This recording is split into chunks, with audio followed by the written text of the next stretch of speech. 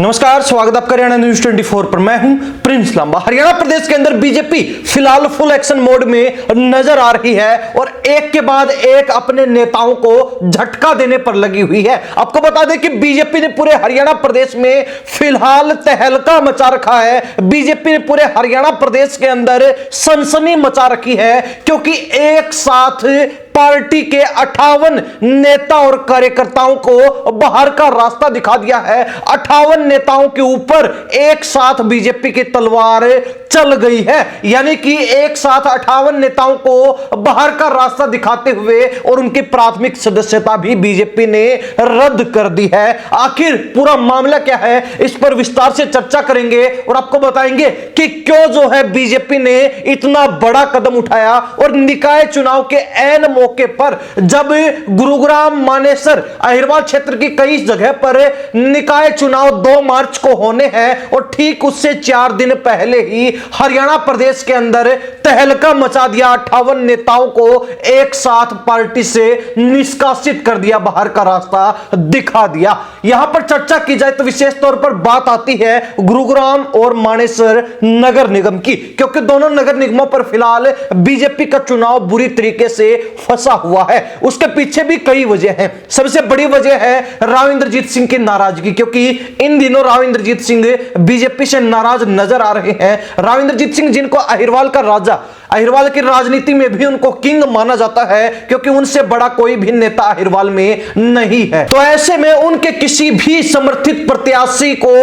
चुनाव के अंदर बीजेपी ने टिकट देकर नहीं उतारा। यानी कि गुरुग्राम लोकसभा सीट, जहां से वो खुद सांसद हैं और कई बार लगातार सांसद का चुनाव जीत चुके हैं, लोकसभा चुनाव जीत चुके हैं, और ऐसे में केंद्र सरकार के अंदर भी मंत्री पद रहते हुए उनके किसी भी उम्मीदवार को, किसी भी समर्थित नेता को मेयर प्रत्याशी बीजेपी ने नहीं बनाया। यानी कि एक तरीके से राव इंद्रजीत सिंह को नजरअंदाज करने का काम किया गया और मनोहर लाल खट्टर के आशीर्वाद के चलते, मनोहर लाल खट्टर के दखल अंदाजी के चलते राव के विरोधी खेमे से दोनों नगर निगमों में, गुरुग्राम और मानेसर में प्रत्याशी उतार दिए गए। तो ऐसे में राव इंद्रजीत सिंह अब तक एक बार भी उन प्रत्याशियों के चुनावी प्रचार प्रसार में नहीं गए हैं, एक बार भी उनके समर्थन में वोट की अपील नहीं की है, जो बात बीजेपी को एक बड़ी चुनौती के रूप में स्पष्ट नजर आ रही है। और यही सबसे बड़ी वजह है, पहली वजह है कि बीजेपी का चुनाव अहिरवाल क्षेत्र के अंदर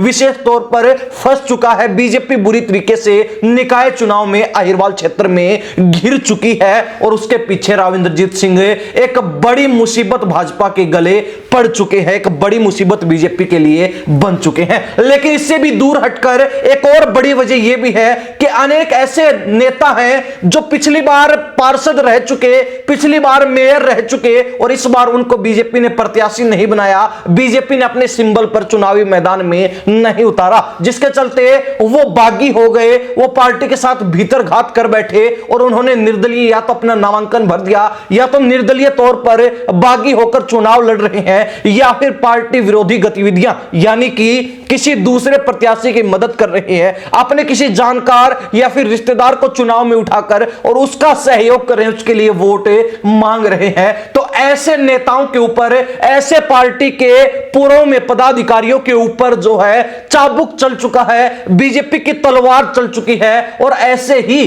58 नेताओं को एक साथ झटका देने का काम कर दिया। 58 नेताओं को बीजेपी ने एक साथ बाहर का रास्ता दिखा दिया है। हालांकि पहली बार नहीं हुआ, इससे ठीक 2 रोज पहले भी बीजेपी ने इसी तरीके से हरियाणा प्रदेश में तहलका सा मचा दिया था और जो लोग भीतर घात कर रहे थे या फिर जो लोग बागी हो गए थे उनको भी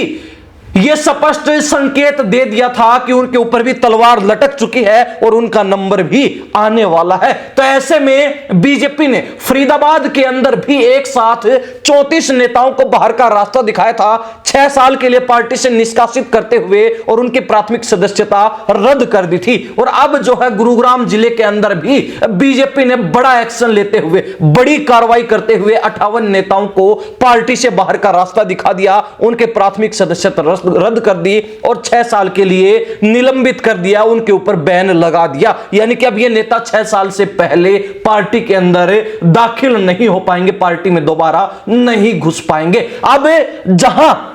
2 मार्च को मतदान होना है, 2 मार्च को निकाय चुनाव को लेकर वोटिंग होनी है। उस जगह के ऊपर बीजेपी ने इतना बड़ा कदम उठाया है, तो देखने वाली बात यह रहेगी कि बीजेपी इसका कोई नुकसान उठाएगी या फिर बीजेपी ने इस सख्त कदम को उठाते हुए कहीं ना कहीं अपनी चुनावी बाजी पलट ली है, अपने लिए माहौल बना लिया है, अपने लिए रास्ता साफ कर लिया है। यह भविष्य के गर्भ में है, परंतु जहां तक जनता की माने, जहां तक राजनीतिक जानकारों की माने, तो उनका कहना कि बीजेपी के द्वारा चुनाव के मौके पर इस तरीके से बड़ा कदम उठाना और एक साथ एक ही जगह पर इतने नेताओं को पार्टी से बाहर का रास्ता दिखाना घातक साबित हो सकता है, खतरनाक साबित हो सकता है, क्योंकि इससे कार्यकर्ताओं के अंदर, नेताओं के अंदर एक गलत मैसेज जाएगा और वो नेता कुछ भी अंदर रहते हुए पार्टी के कर सकते हैं, किसी भी तरीके से अपनी पार्टी का घमंड तोड़ने का काम कर सकते हैं। लेकिन देखने वाली बात रहेगी कि एक तरफ राविंद्रजीत सिंह की नाराजगी जो बीजेपी पर भारी पड़ रही है और अहिरवाल क्षेत्र में भाजपा का चुनाव दिन ब दिन फंसता जा रहा है, तो वहीं दूसरी तरफ 58 नेताओं को बाहर का रास्ता दिखाकर बीजेपी ने एक और बड़ा कदम उठा दिया है। तो देखने वाली बात रहेगी कि बीजेपी का यह कदम भी उनके लिए घातक साबित होगा, आत्मघाती साबित होगा या फिर फायदेमंद रहेगा। खैर, राव की नाराजगी बीजेपी के लिए एक बड़ी चुनौती थी, तो अब कार्यकर्ताओं की, नेताओं की नाराजगी भी भाजपा के लिए एक बड़ी मुसीबत बन चुकी है। हरियाणा प्रदेश की जनता, विशेष तौर पर अहिरवाल क्षेत्र के लोग बीजेपी के इस एक्शन को लेकर क्या सोचते हैं, अपनी राय कमेंट के माध्यम से जरूर लिख दीजिए। इन्हीं सब बातों के साथ प्रिंस लांबा, हरियाणा न्यूज 24। नमस्कार, जय हिंद।